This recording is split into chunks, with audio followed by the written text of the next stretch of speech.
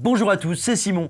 Comment ramener Black Panther 2 au cinéma en France? Comment devenir beau et riche? Mickey est-il la réincarnation de Satan? Autant de questions auxquelles je vais répondre prestement.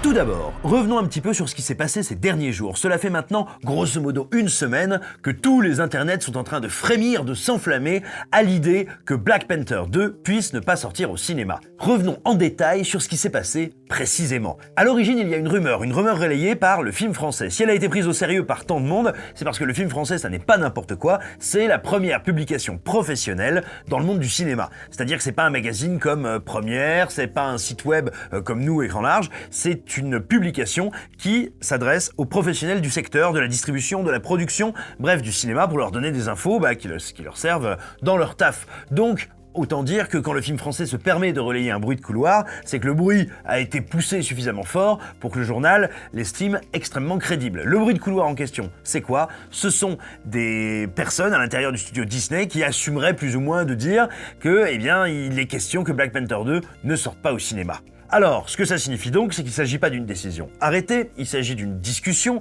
d'une hésitation au sein du studio Disney, et il n'est pas non plus impossible que ce dont nous sommes en train de parler soit ce qu'on appelle en politique un ballon d'essai. C'est-à-dire qu'on ne sait pas encore quelle décision on va prendre, et on laisse fuiter un petit peu opportunément dans l'espace public, qu'il soit médiatique ou autre, on laisse fuiter un petit peu ce qui se trame, voir comment les gens réagissent. Et là, je dois dire que moi, si j'étais Disney et si j'avais fait un ballon d'essai, je serais ravi, parce que ça fait maintenant des jours et des jours et des jours que spectateurs et influenceurs se tirent sur le jonc pour faire la course à qui dira le plus de bêtises en faveur de Disney. Revenons donc sur la réalité de ce qui se déroule sous nos yeux. Ce qui fait enrager Disney depuis un moment, c'est ce qu'on appelle la chronologie des médias. C'est un dispositif qui en gros organise à quel moment de la vie, de l'exploitation d'une œuvre, quel type de secteur peut l'exploiter, pour combien de temps et comment. En gros, combien de temps il peut rester sur un grand écran, combien de temps après il peut sortir en vidéo physique, Blu-ray, DVD, etc., en SVOD, en diffusion télé ou en diffusion sur des plateformes de SVOD telles Disney+, Netflix, Apple TV+, et autres Amazon. En gros, c'est la structuration de l'exploitation des œuvres audiovisuelles. Elle est extrêmement importante et surtout ça fait bien longtemps que ça agace Disney, puisque Disney, comme n'importe quelle grosse entreprise capitalistique, rêve depuis toujours de pouvoir définir sa propre chronologie des médias, de ne pas dépendre des règles de chaque État. Mais en plus de ça, Disney a fait savoir déjà de longue date que le studio n'était pas content avec cette manière de faire, parce que cette manière de faire s'oppose à la façon dont l'entreprise veut utiliser sa plateforme Disney+. Vous l'aurez bien compris, quand on est un studio comme Disney, même si on va de temps en temps sortir certains de ses films au cinéma pour le prestige, pour l'excitation médiatique, pour l'écume comme ça des fans, il n'empêche que la principale source de revenus est appelée à devenir presque exclusivement la plateforme Disney+. Or, selon la chronologie des médias, il est impossible pour Disney+, de diffuser un de ses films sortis au cinéma moins de 17 mois après la sortie salle. Alors Disney n'est pas content, mais on y reviendra après, Disney aurait pu bénéficier d'un autre traitement. C'est du fait du studio qu'il y a cette chronologie des médias qui s'y applique. Mais donc, comme je vous le disais, c'est pas la première fois que Disney tempête et s'agace. Alors je ne compte pas là-dedans les films qui, pendant la crise sanitaire, ont été réservés à la plateforme, tout simplement parce que là, c'était pas une situation spécifiquement française. Les salles étaient fermées presque partout dans le monde, et donc le studio a agi selon ce qui lui semblait être économiquement le moins kamikaze, mais on va dire, lorsque certains films, comme Mulan par exemple, sont sortis directement sur la plateforme, ça n'était pas du tout une opération de guérilla contre la législation française. Ça, c'était une stratégie au niveau mondial, voilà, il n'y avait pas de spécificité par rapport au traitement de l'Hexagone.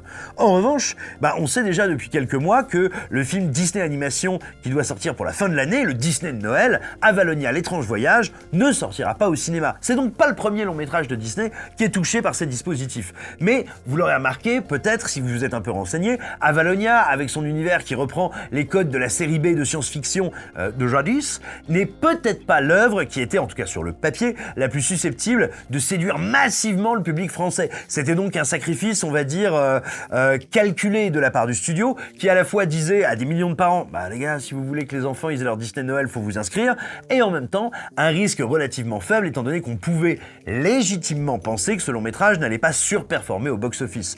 Donc, possibilité d'avoir plein d'abonnés en plus, risque de perdre beaucoup d'argent sur la salle, assez faible. Alors, pourquoi est-ce que Disney agit de la sorte? Pourquoi est-ce que Disney veut vous priver de Black Panther 2 sur grand écran? Parce que là, c'est un choix stratégique extrêmement différent. Black Panther ayant été un des plus grands succès public, critique et donc commercial du studio Marvel qui appartient à Disney, ça pour le coup c'est un sacré risque que de le retirer du grand écran en France. L'argumentaire dévoilé par Disney, c'est tout simplement soi-disant, nous ça ne colle pas à ce que veut notre public, ça ne colle pas aux évolutions du marché, et nous, tout ce que nous voulons, c'est satisfaire les gens, c'est pour toi public. Alors ça, il faut savoir que c'est parfaitement faux. Il n'existe aucune entreprise de cinéma philanthropique qui soit dédiée à l'amour du public. Pas moins Disney qu'une autre, hein. Ils sont pas plus méchants qu'un autre studio, ils sont pas moins opportunistes ou cupides qu'un autre studio. Il s'agit pas de les présenter ici en grand méchant, c'est pas du tout l'objet de ce que je veux vous dire ici. Néanmoins, ôtez-vous ça tout de suite de la tête. Ce que Disney fait, Disney le fait pour soi, pour gagner plus d'argent. Et à quoi ça sert une plateforme comme Disney+? Ça sert, contrairement à une sortie cinéma, à ne pas avoir besoin de diviser ses revenus entre un distributeur, un exploitant de salle et un producteur. Ça sert à posséder verticalement tous les échelons de la chaîne de fabrication et d'exploitation d'un long métrage. Là-dessus arrive un argument qu'on entend souvent, à savoir Disney, ils ont bien le droit de faire ce qu'ils veulent, c'est leur film. C'est indiscutablement leur film, mais ça n'est pas pour ça qu'ils font ce qu'ils veulent. Quand Disney sort un film en France, Disney sort un film dans un marché bien spécifique, dans lequel la consommation de biens culturels est importante, où il y a une grande proportion de la population qui aime aller au cinéma, ou regarder des films, en tout cas payer pour voir des films. C'est donc un marché, on va dire, mature, potentiellement très rémunérateur, sur lequel arrive Disney. Et si ce marché existe en tant que tel, c'est parce qu'en fait, on a fait le choix, politiquement, depuis des décennies, de l'entretenir notamment avec la chronologie des médias, mais j'y reviendrai. Ce que ça veut dire, tout simplement, c'est que Disney ne peut pas, mais comme aucune entreprise, dans aucun domaine, dans aucun pays, arriver sur un marché et dire « moi je veux que ce soit comme ça, je vais court-circuiter tout le monde ». Ça n'est pas possible. Dans tous les secteurs d'industrie, il y a des normes, il y a des règles pour arriver sur un marché, tout simplement parce que ce marché ne peut pas s'exposer à des acteurs de l'industrie, qu'ils soient étrangers ou non, qui pourraient se retrouver en position monopolistique. Or, c'est bien ce que vise Disney, c'est d'être absolument surplombant, d'être beaucoup plus puissant que tous les autres acteurs, et cette position-là, elle n'est pas jugée positive pour une raison toute simple, c'est qu'on a vu ce qui s'est passé quand on laissait faire de grandes entreprises du divertissement dans d'autres pays européens. En effet, vous entendez peut-être dire, et moi j'ai notamment vu des petits morceaux d'un débat sur Twitch qui a été pas mal relayé sur les réseaux sociaux, dans lesquels on pouvait notamment voir des gens dire « regardez les autres pays, ça va très bien, regardez la Corée ». Vous savez quoi? La Corée, il se trouve que si ça va bien, c'est parce qu'elle a copié son système sur le nôtre. Mais regardez le Japon! Vous savez quoi? Le Japon, ils ont encore une production maison assez intéressante, mais comme ils sont en train de se faire bananer par les grosses entreprises américaines, ils sont en train de totalement réformer leur système de production et d'encadrement du cinéma pour copier le nôtre. Mais regardez l'Italie! Vous savez quoi, l'Italie? C'est une des grandes tragédies de l'histoire du cinéma contemporain, puisque depuis les années 80 et toute une série de lois Berlusconi assez tragiques, le cinéma italien est en état de mort cérébrale. Certes, le pays produit encore quelques films chaque année, mais il galère terriblement à les faire, il a du mal à les exporter, il n'existe pas à l'international, et pire encore, vous savez quoi, ironie de l'histoire, une grosse partie, en tout cas une proportion non négligeable de ces films sont coproduits par la France. Vous n'avez qu'à aller voir tous les génériques de films italiens de ces 10 dernières années que vous voudrez, qui ont eu un petit peu d'écho à l'international, regardez le nombre où vous verrez au générique apparaître le logo du CNC. Donc, il est totalement faux de dire « regardez, les autres pays s'en sortent très bien ». C'est parfaitement faux. Les autres pays qui ont libéralisé leur marché de la culture ont vu leur culture locale écrabouillée par notamment Hollywood. Et c'est pas grave, on peut l'entendre, c'est pas de la méchanceté. Les entreprises hollywoodiennes sont conçues pour avoir un rapport capitalistique de domination. Eh bien, il est logique que nos marchés se protègent pour protéger leur production locale. Et je vois venir ceux qui me diront « moi le cinéma français, je le trouve nul !» C'est votre droit le plus absolu. Mais il se trouve que n'en dégoûtez pas ceux qui aiment. Et quand bien même vous considérez que les productions hexagonales sont toutes foireuses, mais c'est pas une raison.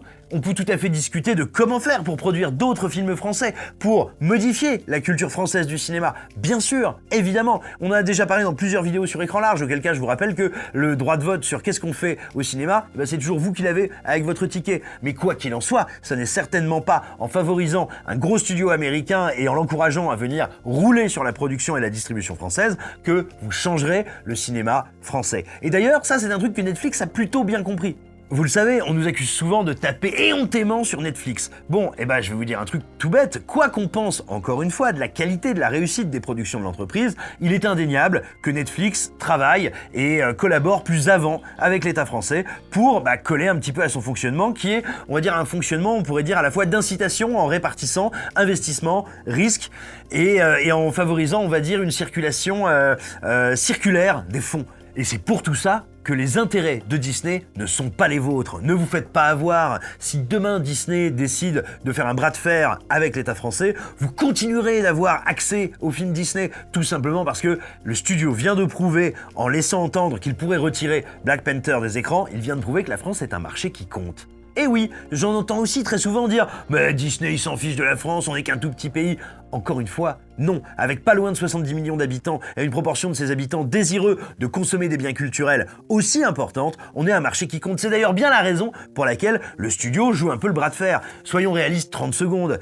Tonton Mickey n'irait pas se limer les dents en pointe et sortir sa sulfateuse pour aller faire un bras de fer communicationnel avec la France si la France ne représentait pas un véritable enjeu. Et oui, en effet, pour l'entreprise, il y a suffisamment de clients potentiels chez nous pour que ça vaille le coup de se battre et de mettre en cause son image. Donc sortez bien de l'idée qu'on n'y pourrait rien, que l'État français serait très très très méchant avec sa chronologie des médias.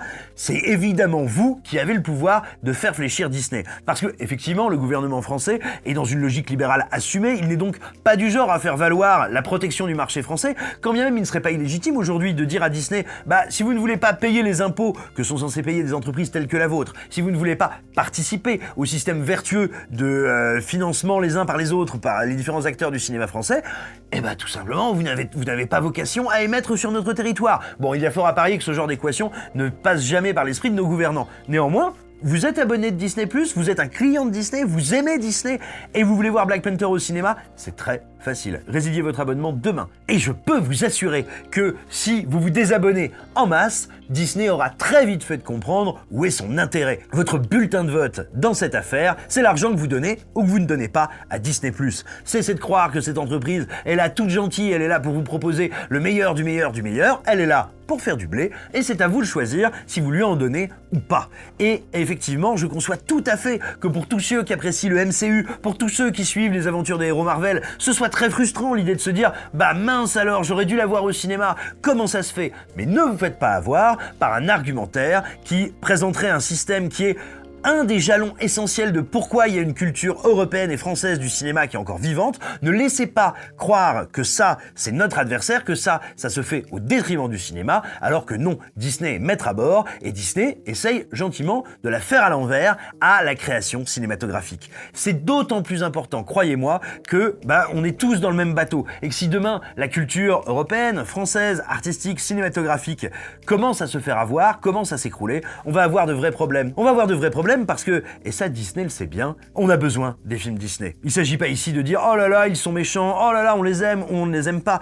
mais étant donné les audiences faramineuses que ces films font, ils participent de la vivacité du cinéma en France. En tout cas, des salles de cinéma qui vendent des tickets sur lesquels sont ponctionnés une partie de ce qui va faire le fonds de soutien, une partie de ce qui va permettre après de subventionner, d'aider de petits films, des œuvres plus modestes françaises et d'assurer comme ça un rythme de création continue. Alors je sais, souvent vous vous gossez, mais c'est bien souvent parce que en fait vous connaissez peu le cinéma français. Souvent vous vous gossez parce que vous n'allez pas le voir et qu'en plus, vous vous imaginez qu'il est produit avec vos impôts ou majoritairement des subventions. Ces deux affirmations sont fausses. C'est un cinéma qui est varié, qui est diversifié, qui est extrêmement riche, qui n'attend que votre curiosité et surtout, c'est pas parce qu'on aime une bonne grosse prod Disney comme un gros burger qu'on ne peut pas aussi s'intéresser à d'autres créations différentes qui prennent l'imaginaire par d'autres portes, par d'autres biais, et je vous encourage vraiment à sortir de l'idée qu'il y aurait une confrontation organisée au détriment des spectateurs. La chronologie des médias, quand bien même elle est très perfectible, c'est une évidence et on l'a dit ici plusieurs fois. Bien sûr qu'on peut réfléchir à comment l'assouplir, mais l'assouplir en faveur des plus gros acteurs du marché, c'est donner un blanc-seing à des producteurs qui n'ont pas forcément vocation à rendre le cinéma plus vivant, plus longtemps. J'espère que cette vidéo vous aura intéressé. En attendant, je vous demande de toutes mes forces de vous abonner. Vous abonner à cette chaîne YouTube, évidemment, mais surtout, vous abonner sur le site d'Écran Large, car on propose un abonnement premium pour ceux qui en ont les moyens et l'envie pour quelques euros. Lien en description de cette vidéo. Pour quelques euros par mois, vous aurez la possibilité d'avoir chaque semaine 4 articles inédits réservés à vous, membres premium de la communauté Écran Large, dans lesquels on revient sur des films, sur des classiques ou des œuvres oubliées qui nous ont marqué et qu'on a envie de partager avec vous. Ces derniers temps, on est revenu sur 100 mobiles apparents, on est revenu sur Jour de tonnerre, on revient aussi bien sur des pépites qui ne sont pas restées dans les mémoires que sur de grands classiques du divertissement qu'on kiffe grave.